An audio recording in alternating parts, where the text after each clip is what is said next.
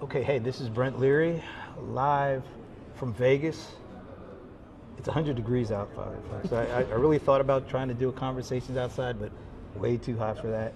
We're at PegaWorld Inspire 2024, MGM, and I get to talk to somebody I've never actually ever talked to before. We go all the way back to like 2 minutes ago. Simon Thorpe. Simon, first of all, thanks for joining me. Thank you for having me, and thank you for not doing this outside. Right.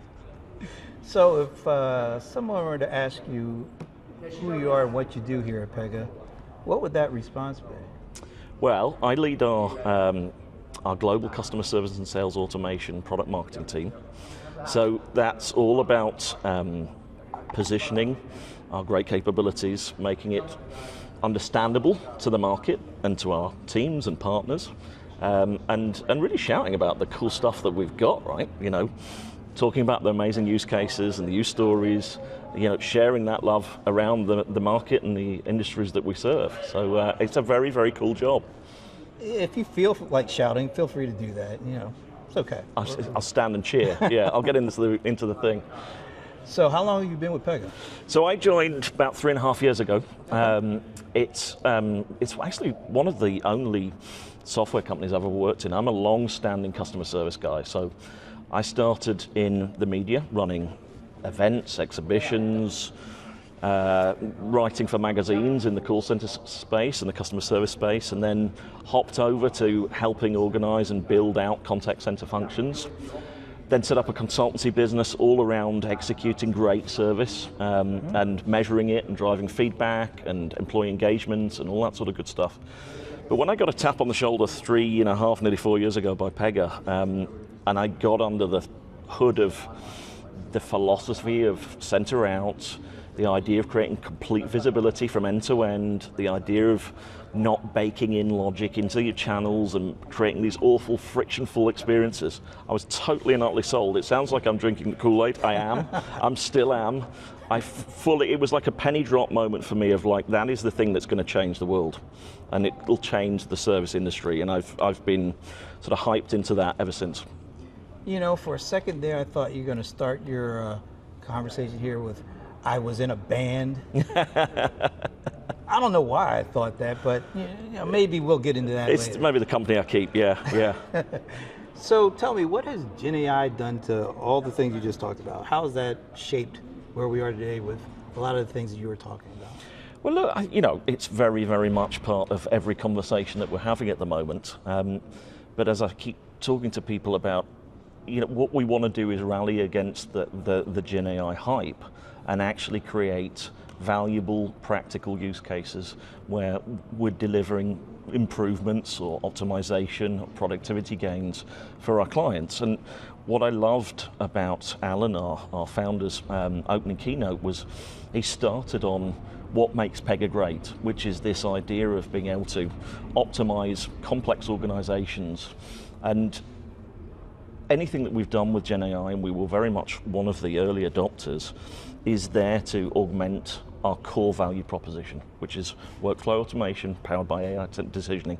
And that's what we're great at. That's what we've been doing for the last 40 years. Gen AI gives us an opportunity to layer into that and go quicker, faster, provide more productivity than ever before.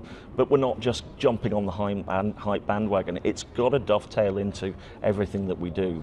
You know, I'll give you an example. Everyone's talking about summarization at the moment of Gen AI. That's cool, pretty table stakes already.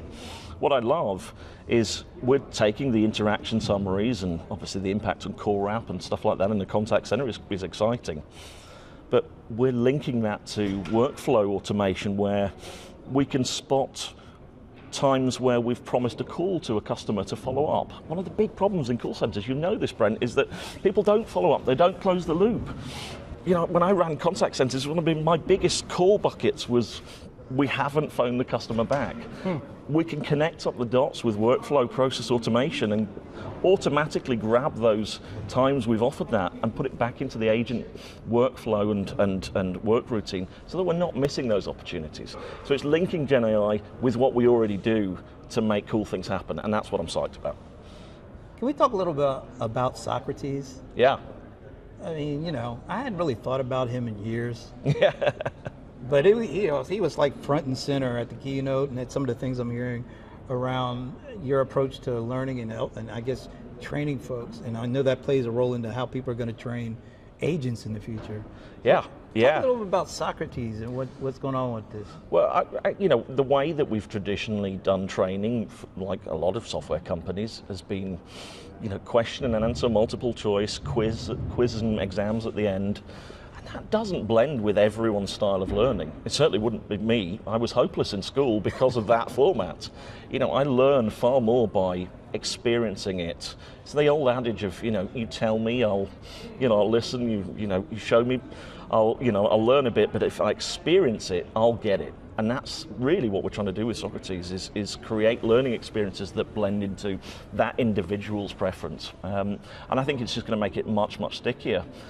One of the things that we've just announced in our keynotes today that you will have seen, Brent, was in the customer service space, this leveraging Gen AI in an agent trainer capacity. Right.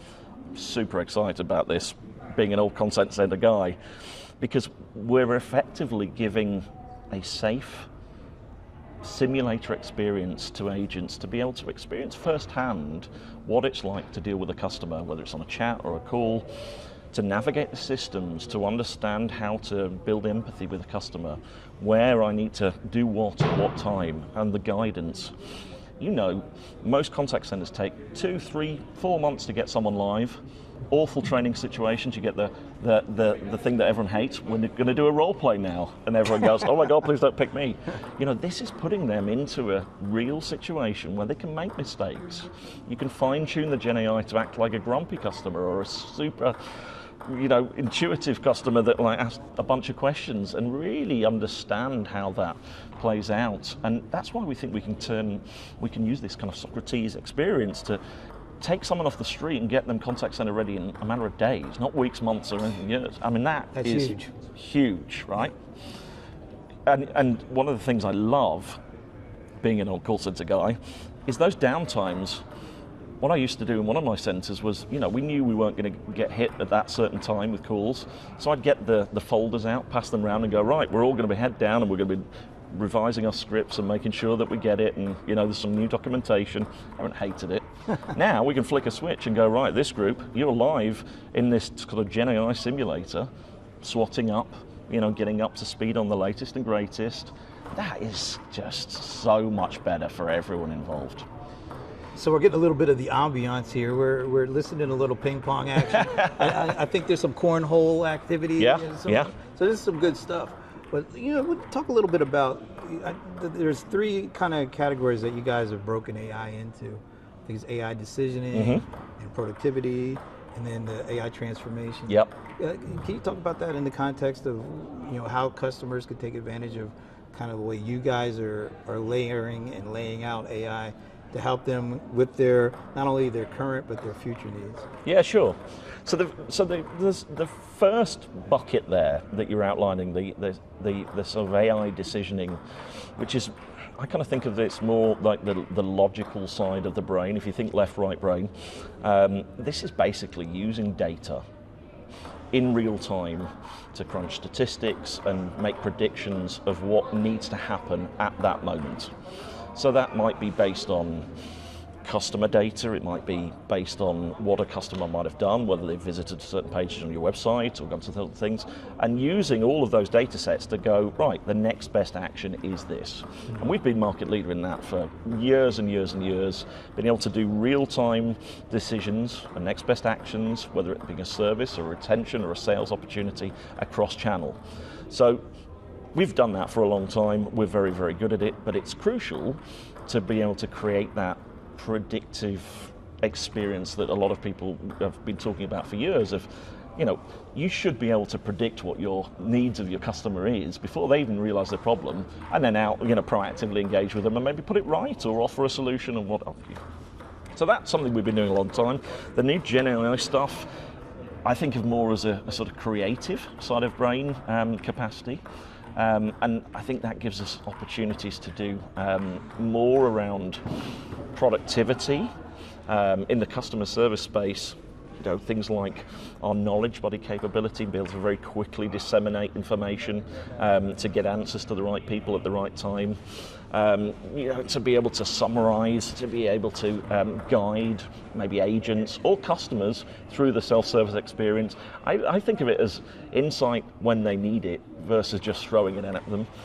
But the transformation AI, I think that's a combination of both of those in harmony with what we've always talked about, that workflow automation, that visibility across an organization of getting work done, no matter where that work needs to happen, and having the visibility both for the employees, but also the customers.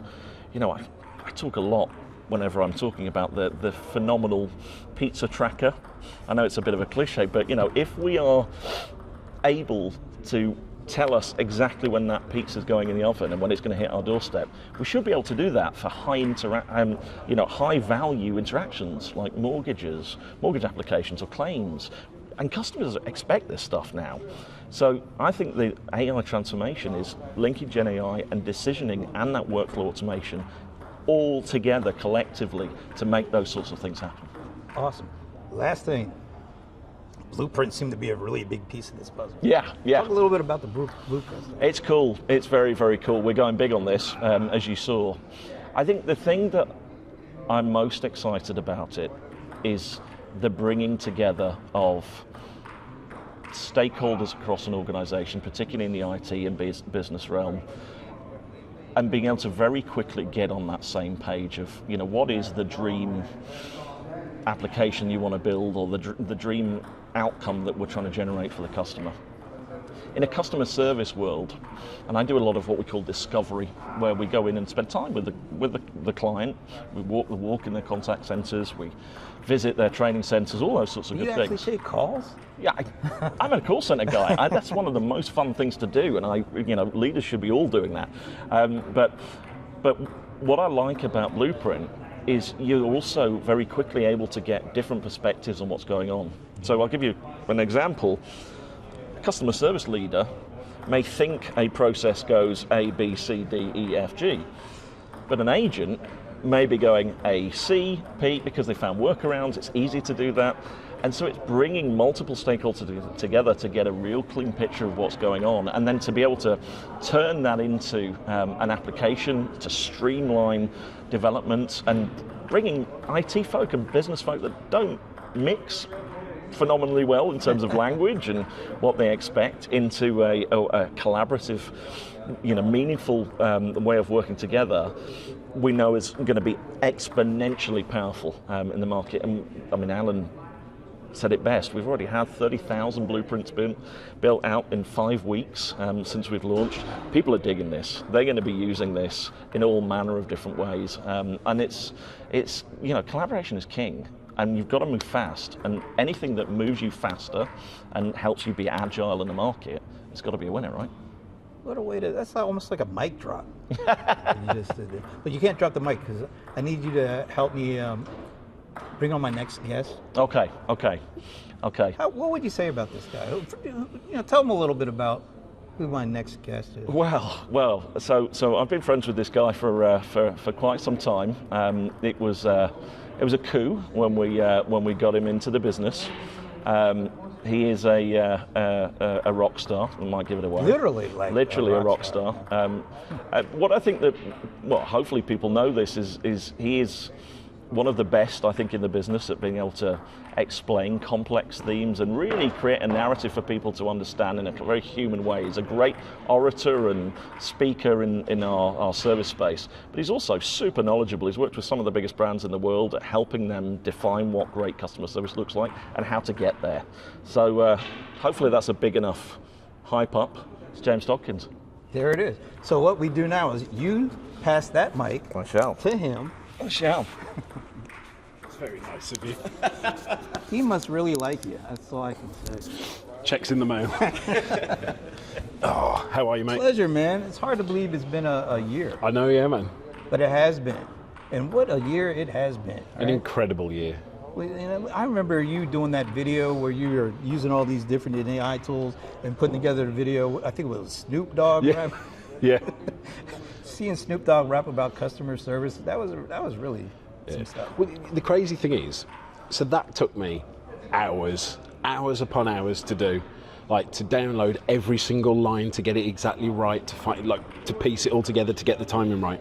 But now there's a brand new thing called Udio, like studio, but without the S. And you can literally create an entire song just from a sentence. So you could type in a country and western song about Brent and James talking at PegaWorld, and it would do it. It creates a song, and it is arguably indistinguishable from real life. It'll create the music, the lyrics, the singing.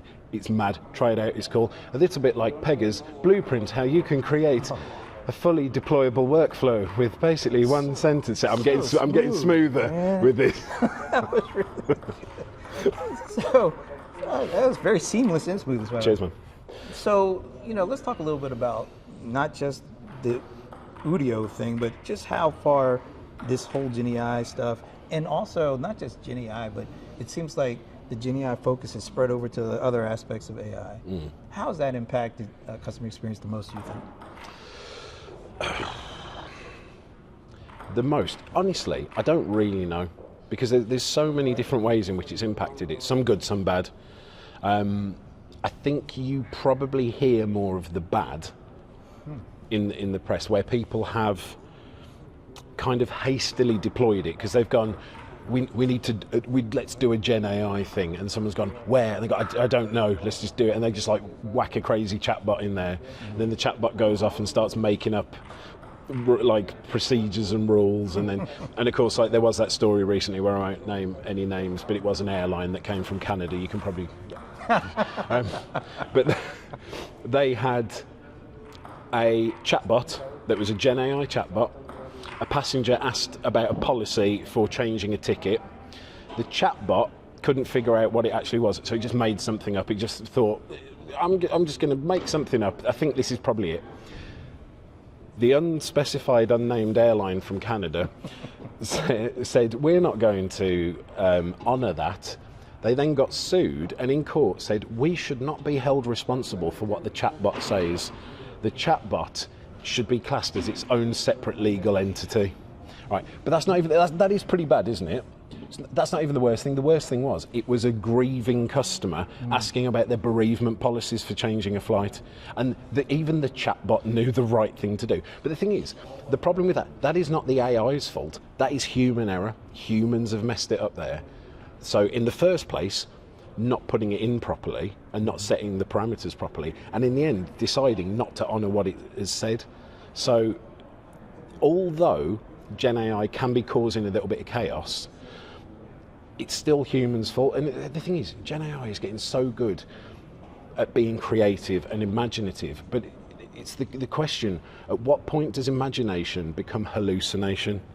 And it's these hallucinations that we really need to try and steer away from. We do have a solution for that. You can ask me about it if you want. I'll quite happily talk about it. Seems like that chatbot could have used a buddy or something. Well, right. So there's this thing called retrieval augmented generation. Right. That's a real term that you can tell your friends. You can impress them with your Gen AI knowledge. But essentially, what it is, so things like ChatGPT, that is trained on the entirety of the internet. Don't know how much time you spent on the internet, but there's some mad stuff on the internet. So there's some mad stuff on the internet, really? There is. You should check it out sometime. But it's not really surprising that you then get some mad answers. But imagine if you had something like ChatGPT, but instead of being trained on the entirety of the internet, it was trained on all of your company's policies and procedures and knowledge documents. And then when a customer asked a question in a chatbot or in a self-service portal, it goes away, it gets a chunk of the relevant information, brings it back over, and then says, answer only using information from this, and if you can't, say, I don't know. And the thing is, to really understand how RAG works and the power of it, we really need to talk to someone else, because I don't really understand it other than that. But it's essentially, he's laughing at me, it is essentially like your own little chat GPT that is trained on all of your company information. So it doesn't have any other information to make up stuff with. So it's stuff like that where we're really trying to make sure that when people are implementing Gen AI, not only is it helpful to the customers, but it's doing the right thing as well, and it's not going to screw over the companies using it. It's important to say, I don't know. Yep. And that's... Like I just admitted that I don't actually understand how it works. I don't need to understand how it works. I just need to understand that it works. That's all I need. I like that, man. It's always a pleasure, man, but I need one last question. Okay, go. What was this zip liner thing like yesterday? Oh, it was wicked, man. Well, so it was the second time I'd done it. And I must be a bit heavier than last year because I was so fast this year. I got a little bit worried near the end because I forgot. You pick up so much speed and you start to think, wow, this is cool. And then you get to the end and you go, wow, how do I stop again? Is that... Yeah, luckily you hit like some buffers or something. But it was really good. Have you done it? No, and quite honestly, you're not making me want to do it. Oh, okay. We should do it. Yeah. I didn't realise I was trying to sell tickets for it, man. If I knew that, I would have... He's getting a 20% commission. I know. I would have been like, come to the amazing 11-story zipline extravaganza. See Fairmont Street from a bird's eye view as you soar across the plains of Vegas, or something like that. That wouldn't do it either. All right, well, I mean, you did just put me on the spot, but that's fine. Awesome, man. It's like I said, it's always a pleasure, and thanks for having me meet your buddy here too. That's cool, man. You're welcome. I mean, he's my boss technically. It's even better when your boss is a buddy. Oh, that's cute. Isn't that cute? I like that.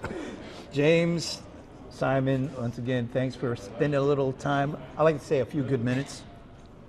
I know, just for branding purposes. I get it. This has been great, and I think I have a couple others coming up a little later, so you'll see me later in a few.